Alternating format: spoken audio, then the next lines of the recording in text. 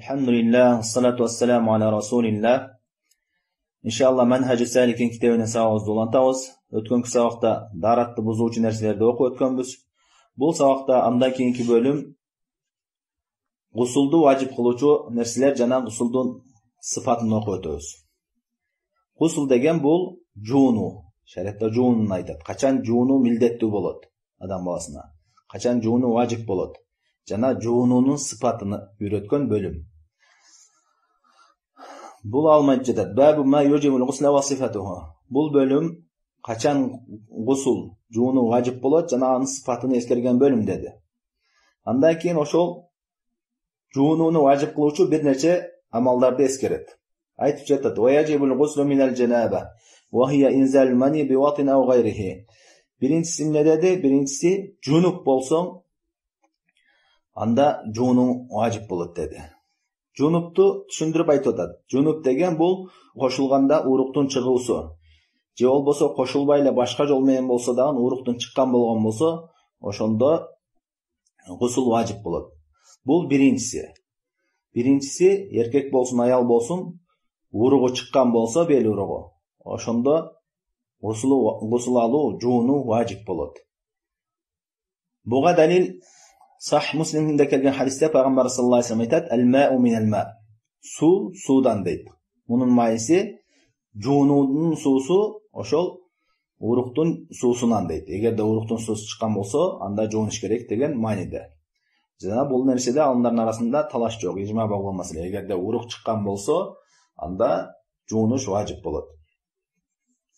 Biroq alımlar, kebir tabiinler uşul uruqtun çıgusuna bir nerseni şart kılgan. Al qanday? Oşol uruq türtkü menen çıgış gerek. Türtkü menen, kuch menen çıgış gerek. Oşonda vacip bolot dep aytadi. Egerde jön ele bir azırkı kündөгү meditsina жолу менен бирдекени киргизип, шлангы киргизип же bir кандайдыр жол менен чыгарып алган болсо, анда вacip болбойт бул табииндер фатвасы боюнча. Ошол түрткү менен, шахват менен түртүп чыкканда ошондо вacip болот деп айтышат. Бул ойду Катада жана Убайдат Салмани деген эки табиин айтат ушинтип. Демек биринчиси бул уруктун чыгуусу. Урук чыккан болсо, гусул кылуу вacip болот, жууну вacip болот. Эми ушуга байланыштуу кээ бир маселелер бар.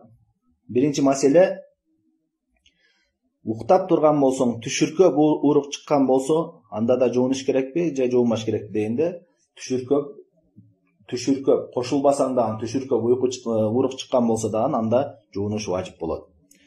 Буга далил Сулейм деген сахаба аял Пайгамбар саллаллаху алейхи ва салламдан сурайт. Аллах Таала акыйкаттан чындыктан уялбайт. Хал алал мар'ати мин гуслин иза хия ихталамат? Факала наам. Иза раат ал-ма. Bu Sahih Bukhari Müslim'de kelgan hadis. Sulaym degan sahaba ayol payg'ambarimizdan so'rab жатат. Agar ayol kishi tushur ko'p qolgan bo'lsa, al juvunish kerakmi deb so'raganda payg'ambarimiz aytdi: "O, agarda uruq chiqqan bo'lsa, suvni ko'rgan bo'lsa, unda juvunish kerak" dedi.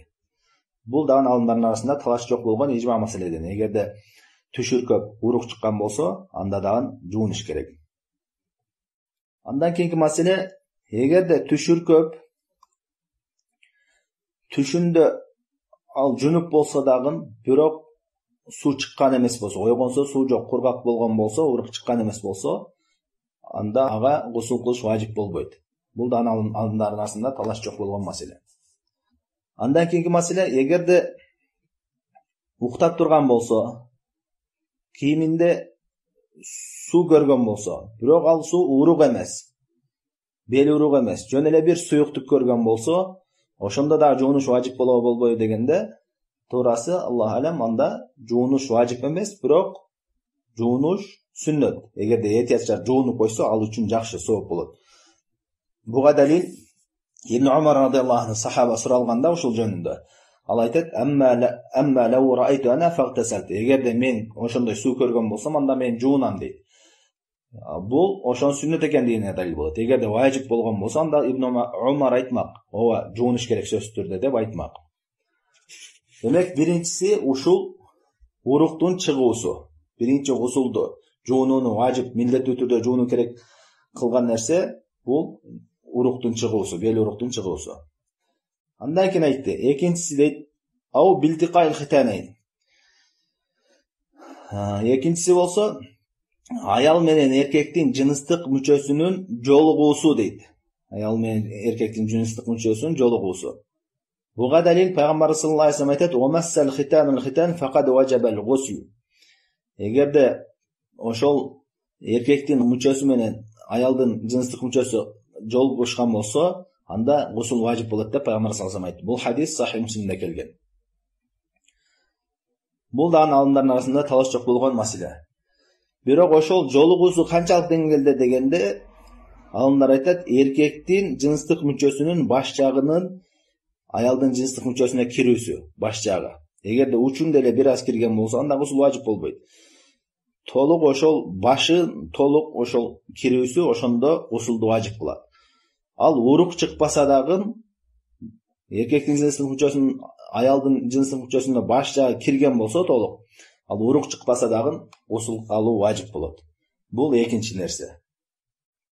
Үчүнчүсү болсо айтып жатат: "Ва хуруджу дамил хайд ва нифас."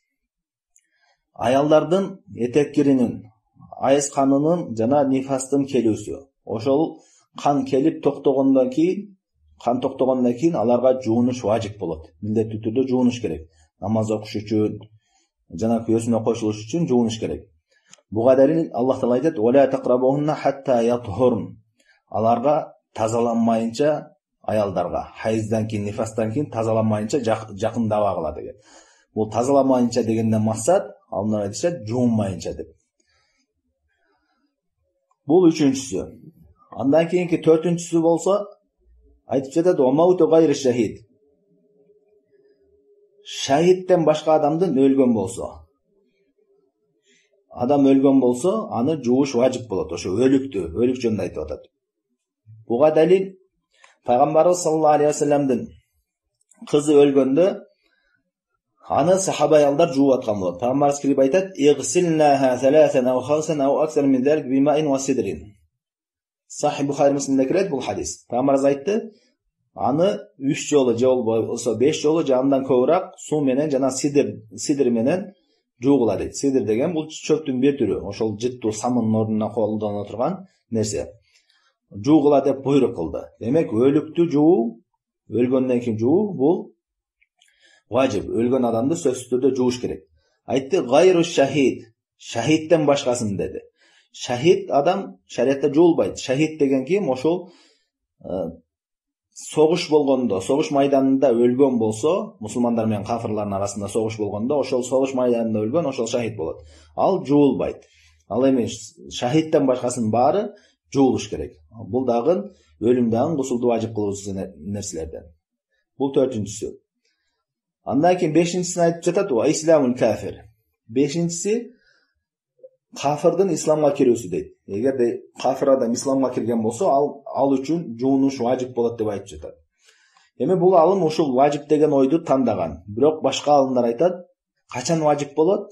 Эгерде исламга кирерден мурда жунуп болгон болсо, жанагы уругу чыккан болсо, ошондой жунуп болгон болсо, анда исламга киргенде жуунуш керек дейт. Ал башка мусулман сыяктуу эле жунупту көтөрүш үчүн жуунуш керек дейт. Исламга киргенден кийин. А эгерде жунуп эмес болгон болсо, ал үчүн жуунуш сүннөт деп айтат. Сүннөт. Важип эмес, милдеттүү түрдө эмес.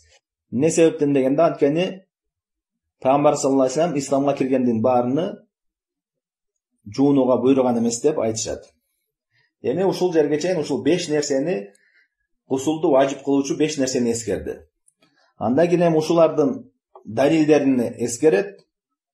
Айтып жатат, биз эскерип өттүк кебирлерин. Бул алымдагы биринчи катарынан эскерип, андан кийин ар биринин далилин эскерди.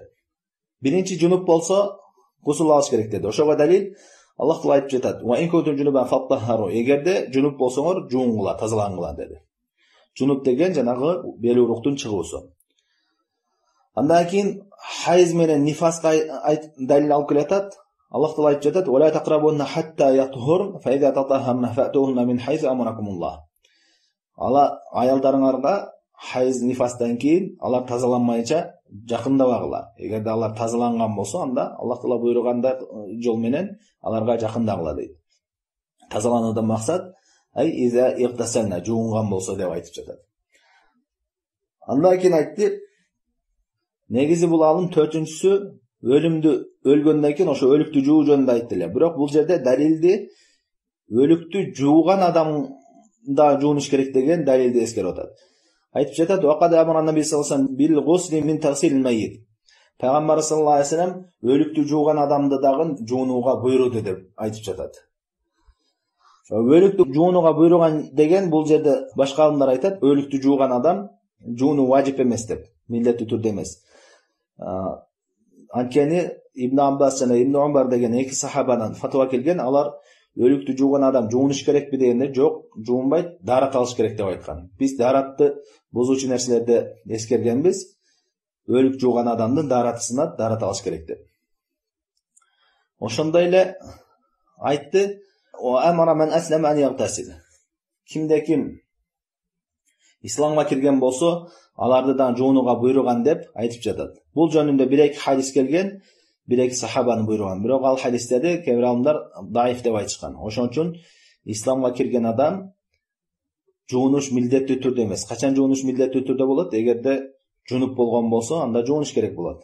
Же болбосо жуунуш ал үчүн сүннөт деп айтышат. Экинчи ой алымдар. Алымдардын экинчи ою ушундай. Андан кийин Пайгамбар саллаллаху алейхи ва салламдын гусулунун сыпатын эскерет. Айтып жатат: "Амма сифату гусл наби саллаллаху алейхи ва саллям минал жанаба, fa innahu yaghsilu farjahu awwalan thumma yatawadda wudu'an kamilan thumma yahsil al-ma'a 'ala ra'sihi thalathan. يرويه بذلك ثم يفيض الماء على سائر جسده ثم يغسل رجليه بمحل آخر." Пайгамбар саллаллаху алейхи ва салламдын гусулунун сыпаты, жуунуусунун сыпаты кандай дегенде айтып жатат: биринчи Пайгамбар саллаллаху алейхи ва саллям сууну алып өзүнүн ошол жыныстык мүчөсүн жуат. Жыныстык мүчөсүн жууган. Андан кийин толук дарат алган.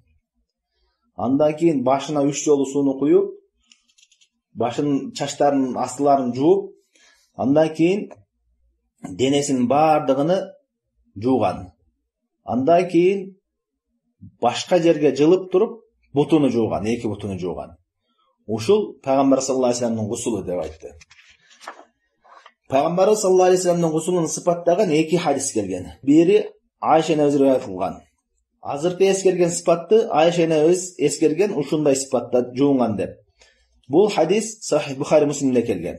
Пайгамбар саллаллаху алейхи ва саллям биринчи жыныстык мүчөсүн жууп, андан кийин толук дарат алып, андан кийин башын 3 жолу жууп, башын чачтарын астыларына чейин, андан кийин толук денесине суу куюп, андан кийин бутуну башка жакта жууган. Ал эми Маймуна деген сахабадан келген хадисте Пайгамбар саллаллаху алейхи ва саллям дарат алганда бутуну жууган эмес. Бутуну жууган эмес. Жууну бүткөндөн кийин бутуну жууган. Алымдар айтат, бул эки хадисти бириктирүү Пайгамбар саллаллаху алейхи ва саллям Айша энебиз эми дараттын көпчүлүгүн айтты. Дарат алды дегенде көпчүлүгүн айтты. Бутун эскерген жок деп айтат. Маймуна деген сахаба ал толук ошол бутуну жууган жок деген ошол жерге чейин эскерди. Демек гусул кылганда биринчи жыныстык мүчөнү жуугандан кийин андан кийин толук дарат алып, бутту гана жуубайт. Бут гана жуулбайт. Андан кийин денени толук жууп, денеге толук суу жеткизгенден кийин андан кийин башка жака жылып туруп, эки бутту жуу, ушул гусул болот. Ушул Пайгамбар саллаллаху алейхи ва салламдын гусулу.